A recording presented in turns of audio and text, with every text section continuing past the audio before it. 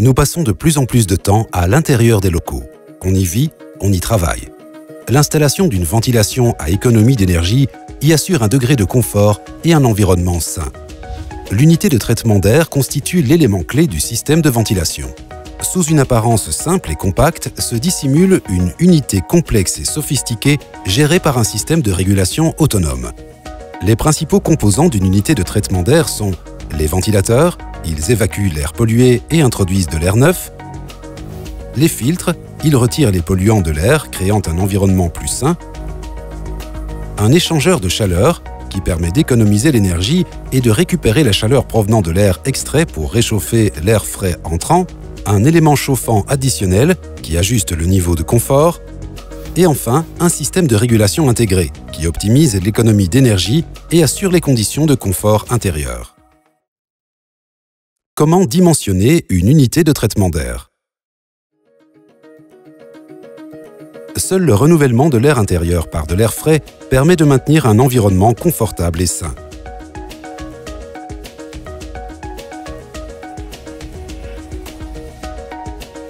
Le débit de ventilation est caractérisé par le volume d'air et la fréquence de son renouvellement.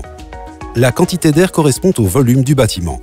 La fréquence du renouvellement d'air indique combien de fois par heure l'air des locaux est remplacé par de l'air neuf. Les consignes de santé publique recommandent un renouvellement d'air dans les bâtiments résidentiels d'au moins une fois par heure. Par conséquent, la performance d'une unité de traitement d'air doit approximativement être équivalente au volume des locaux traités. Il est important que le volume d'air nécessaire soit acheminé avec une consommation d'énergie aussi basse que possible. Les ventilateurs représentent la plus grande source de consommation énergétique dans un système de ventilation. C'est pourquoi les unités doivent être équipées de ventilateurs performants à basse consommation énergétique.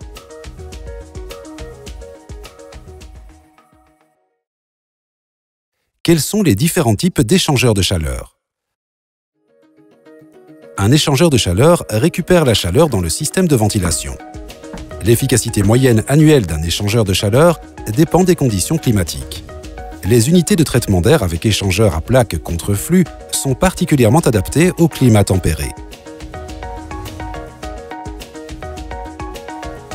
Dans un échangeur à plaques, les flux d'air entrants et sortants sont séparés par de minces plaques d'aluminium. La chaleur de l'air extrait chauffe l'air entrant au travers de ces plaques.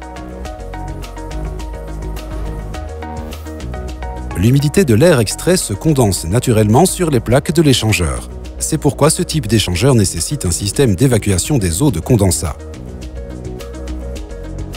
Lorsque la température extérieure est très basse, l'humidité condensée se transforme alors en glace et obstrue l'échangeur de chaleur. La glace est normalement dégivrée par la chaleur provenant de l'air extrait ou accessoirement à l'aide d'une batterie électrique. Pendant la phase de dégivrage, l'air extérieur entre directement dans les locaux en contournant l'échangeur de chaleur. L'air chaud intérieur, sortant, dégivre alors les plaques. À ce moment-là, la récupération de chaleur n'a plus lieu, ce qui réduit considérablement l'efficacité moyenne de l'unité de traitement d'air. L'échangeur rotatif est un autre type de récupérateur. Cette technologie est tout particulièrement adaptée aux conditions climatiques plus froides grâce à son efficacité moyenne annuelle élevée et à son principe de rotation en continu qui évite la formation de givre. Un échangeur de chaleur rotatif est une roue composée d'une feuille en aluminium fortement conductrice transférant la chaleur de l'air extrait sur l'air entrant par une lente rotation. Dans les unités de ventilation modernes avec échangeur rotatif, le taux de mélange entre les flux d'air est inférieur à 0,1%. L'échangeur rotatif permet non seulement la récupération de chaleur, mais aussi d'une partie de l'humidité du bâtiment. L'air ambiant n'est donc pas asséché et l'unité de ventilation ne nécessite pas d'évacuation d'eau de condensat. Quel filtre utiliser dans une unité de traitement d'air? Le rôle des unités de ventilation n'est pas uniquement de réchauffer l'air entrant, mais également de le filtrer.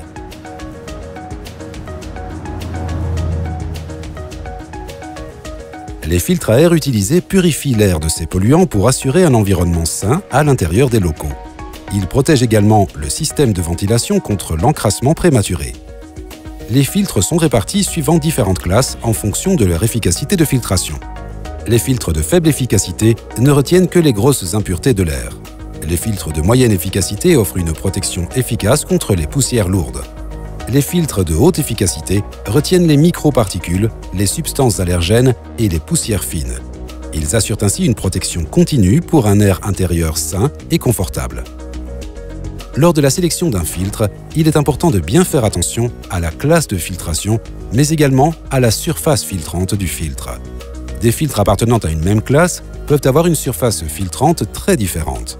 Les filtres possédant une grande surface filtrante conservent leur efficacité sur une plus longue période, alors qu'un filtre trop rapidement encrassé augmente la consommation d'énergie de l'unité. Quelles sont les possibilités de régulation d'une unité de traitement d'air? Le système de régulation directement intégré à l'unité a pour objectif d'optimiser les économies d'énergie et de maîtriser le confort intérieur. L'unité de ventilation peut ainsi adapter son mode de fonctionnement aux besoins réels des locaux et à leur utilisation. Les débits peuvent être gérés automatiquement ou bien selon un programme hebdomadaire configuré par l'utilisateur. L'utilisation de capteurs additionnels peut s'avérer utile pour s'adapter au mieux aux variations éventuelles de critères spécifiques de l'environnement, tels que la concentration de dioxyde de carbone, le taux d'humidité ou le nombre de personnes dans les locaux. Les microprocesseurs et algorithmes développés permettent d'apporter une réponse optimale sur chaque cas de fonctionnement. Une commande à distance permet le pilotage de l'unité. Il est également possible d'y accéder de n'importe quel endroit dans le monde depuis votre ordinateur ou smartphone.